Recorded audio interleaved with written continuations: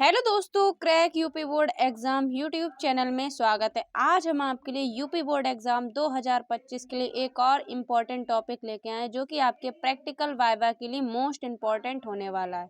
तो जो भी बच्चे या मानव शुक्राणु की संरचना जिन्होंने बना ली है या जो लोग अभी बनाएंगे, तो ये आपके लिए बहुत ही ईजी और अच्छा टॉपिक है, जो आप प्रैक्टिकल पे अपने चार्ट पेपर पर बना सकते हैं। मोस्ट इम्पॉर्टेंट ये टॉपिक है। अगर आपको बायो में बताया जाए तो या तो आप डीएनए की संरचना बना लीजिए या पुष्प की संरचना बना लीजिए, इम्पॉर्टेंट है, और या शुक्राणु की संरचना। ये तीन टॉपिक मोस्ट इम्पॉर्टेंट। अगर आप इन तीन टॉपिक में से पढ़ते हैं, बहुत ही ईजी है और इससे ज़्यादा क्वेश्चन भी नहीं बनते हैं और ईजी इसमें क्वेश्चंस बनते हैं।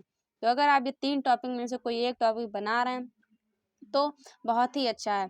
हमने डीएनए की संरचना और पुष्प की संरचना की वीडियो बना दी है, वो भी लिंक डिस्क्रिप्शन बॉक्स में डाल दी। अगर किसी ने भी डीएनए की संरचना या पुष्प की संरचना का टॉपिक बनाया चार्ट पेपर पर, तो वो जाके देख लीजिए। हमने प्रैक्टिकल वाइवा के सारे ही क्वेश्चन उस वीडियो में डाल दिए हैं। तो चलिए स्टार्ट करते हैं।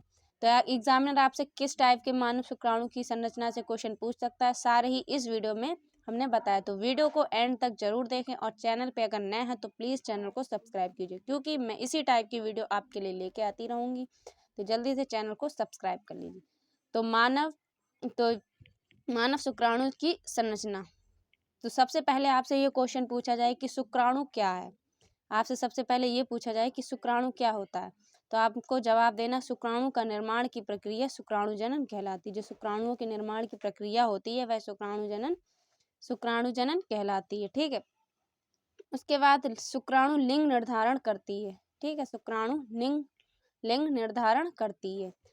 और इसे आप ऐसे ही बता सकते हैं कि शुक्राणु क्या है, तो शुक्राणु नर युग्मक है और अगुणित होता है। कैसा होता है? शुक्राणु नर युग्मक है या अगुणित हो सकता है। तो आप सबसे इजी है, आप यही बता दीजिए कि शुक्राणु क्या होता है, तो आपको बता देना नर युग्मक है और क्या होता है, अगुणित होता है। ठीक है। उसके बाद है दूसरा क्वेश्चन आपसे पूछा जाए कि मानव शुक्राणु का आकार कितना होता है। तो मानव शुक्राणु कैसा होता है, ऐसे करके बना होता है, इसकी ऐसे जाके पूंछ होती है। तो किस आकार का बना, किस किस इसमें पूछा कि मानव शुक्राणु का आकार कितना होता है, तो इसका होता है 55 से 60 माइक्रोमीटर। बहुत ही इंपॉर्टेंट है। ये आपसे क्वेश्चन पूछा जाए कि मानव शुक्राणु का आकार कितना होता है, तो मोस्ट इम्पॉर्टेंट है। एग्जामिनर आपसे इसी टाइप के क्वेश्चंस पूछेगा और आपको फुल कॉन्फिडेंस में आंसर देना। अगर आप लड़खड़ा गए, आपको पहले जब आपसे कोई क्वेश्चन पूछा तो 1-2 सेकंड की आपको शांति बनाना। जिन्हें कि एग्जाम में पूछे कि ये ऐसे नहीं करना, तो आप थोड़ा शांति से सोचें, थोड़ा सोचने का भी टाइम दें, उसके बाद आपको ये क्वेश्चंस का आंसर देना हो। उसके बाद ये पूछा है कि शुक्राणु कितने भागों में होता है। कितने भाग होते हैं शुक्राणु? वैसे तो 4 भाग होते हैं, पर 3, सिर, मध्य भाग और पूंछ। अगर आपको मानव शुक्राणु की फुल वीडियो देखनी है, हमने उसमें पूरा ही एक्सप्लेन किया है। अगर आपको वीडियो देखनी है तो लिंक डिस्क्रिप्शन बॉक्स में है, मानव शुक्राणु, जाके आप वो पूरा देख लीजिए और उसके बाद ये क्वेश्चंस को पढ़ लीजिए। 100% गारंटी देते हैं आपको, 30 में से 30 नंबर मिलने से कोई भी नहीं रोक सकता। और प्लस आपकी थोड़ी कम्युनिकेशन स्किल भी, कॉन्फिडेंस से अगर आप बोलेंगे तो आपको फुल मार्क्स मिलने वाले हैं बायो में। ठीक है। ठीक है। वैसे तो 4 भागों में बांटा गया। पहला होता है आपका शीर्ष, ग्रीवा और मध्य भाग और पुच्छ भाग। अगर आपसे पूछे कि शुक्राणु में कितने भाग होते, तो आप 3 लिख दीजिए, सिर, मध्य भाग और पुच्छ, क्योंकि मध्य भाग में ही ग्रीवा होती है। ठीक है। उसके बाद शुक्राणुओं का निर्माण होता है। तो शुक्राणुओं का निर्माण किसमें होता है? भ्रषण में। किसमें होता है? आपसे ये पूछे कि शुक्राणु का निर्माण किसमें होता है? भ्रषण में। और एक में और होता है टेस्टोस्टेरोन, तो इसमें भी शुक्राणु का निर्माण होता है। उसके बाद आपसे पूछे कि शुक्राणुओं का शीर्ष भाग क्या कहलाता है। जो शुक्राणु का शीर्ष भाग होता है, ऊपर वाला, जैसे ये डायग्राम बना, जो ऊपर जो ये वाला भाग होता है, ये क्या कहलाता है? तो शुक्राणुओं का शीर्ष भाग एक्रोसोम कहलाता है। क्या कहलाता है? शुक्राणु का जो शीर्ष भाग होता है वो एक्रोसोम्स कहलाता है। उसके बाद आपसे क्वेश्चन नंबर 6 पूछा जाए कि यदि एक्रोसोम्स को काट के निकाल दिया जाए तो क्या होगा। एक्रोसोम्स होते हैं, अगर जैसे ये ऊपर वाला जो इस टाइप का चित्र बना होता, तो इसमें जो एक्रोसोम्स होते हैं, अगर उसको काट के निकाल दिया जाए तो क्या होगा।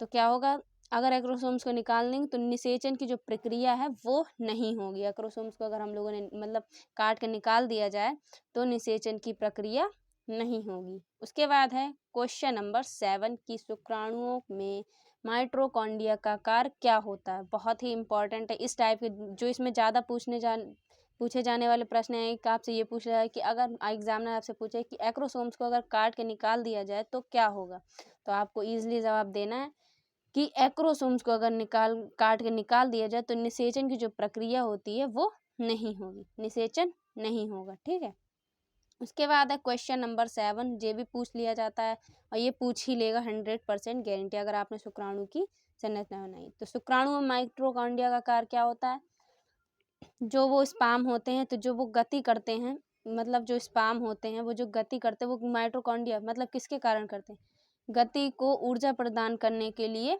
करता है। जो शुक्राणु में माइटोकॉन्ड्रिया वो किसका कार्य करता है, गति के लिए ऊर्जा प्रदान करने की, जो गति के लिए क्या करता है, ऊर्जा प्रदान करने के लिए। ठीक है, उसके बाद 8 नंबर क्वेश्चन है आपका, एक्रोसोम का कार्य क्या है, ये भी पूछ लिया जाता, मोस्ट इंपॉर्टेंट है कि एक्रोसोम्स का क्या कार्य है। तो एक्रोसोम्स अंडे की झिल्ली को क्या करता है, भेदता है, अंडे की झिल्ली को भेदता है, ये क्या होता है, एक्रोसोम्स का कार्य होता है। जैसे जो झिल्ली होती है तो उसमें क्या करता है, एक्रोसोम क्या करता है, भेदता है।